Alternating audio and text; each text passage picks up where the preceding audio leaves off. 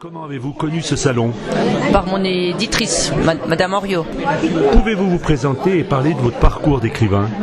Ah mais moi, à la base, je suis comptable dans une administration et j'ai commencé à écrire en 2010, donc c'est très récent. Et j'ai commencé à écrire du fantastique alors que j'en lis très peu en fait. C'est votre premier roman? C'est mon premier, le deuxième est en cours d'édition. Là c'est l'Épine Noire, c'est ça hein? Ouais. Paru aux éditions Perspective en 2019. Oui. Eugénie, le personnage principal, se réfugie par une nuit d'orage dans une grange.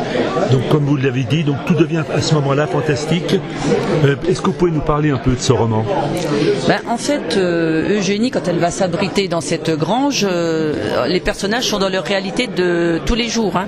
Simplement, un soir d'orage, elle va s'abriter dans cette grange et il lui semble qu'elle n'est pas seule. Bon, au bout d'une heure, l'orage est terminé, elle va repartir, mais elle va cogiter longtemps là-dessus. Elle va y retourner les jours suivants, elle va faire une rencontre. Une rencontre, et c'est un personnage, c'est un animal fantastique qu'elle va rencontrer. Donc je vous en dis pas plus. Et pourquoi vous avez choisi le fantastique?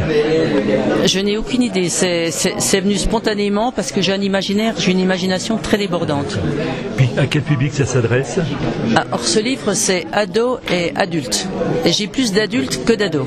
Le plus ancien il a 82 ans. Et le plus jeune 10 ans. L'éventail est large. Voilà. Et comment vous avez choisi le titre du roman? L'épine noire, en fait, c'est le deuxième nom du prunellier. Le prunellier, enfin, je pense qu'ici, il y en a, c'est comme en Haute-Saône. Parce que devant la vieille grange abandonnée, il y a un prunellier. Donc, une épine noire. Vous avez des projets en cours?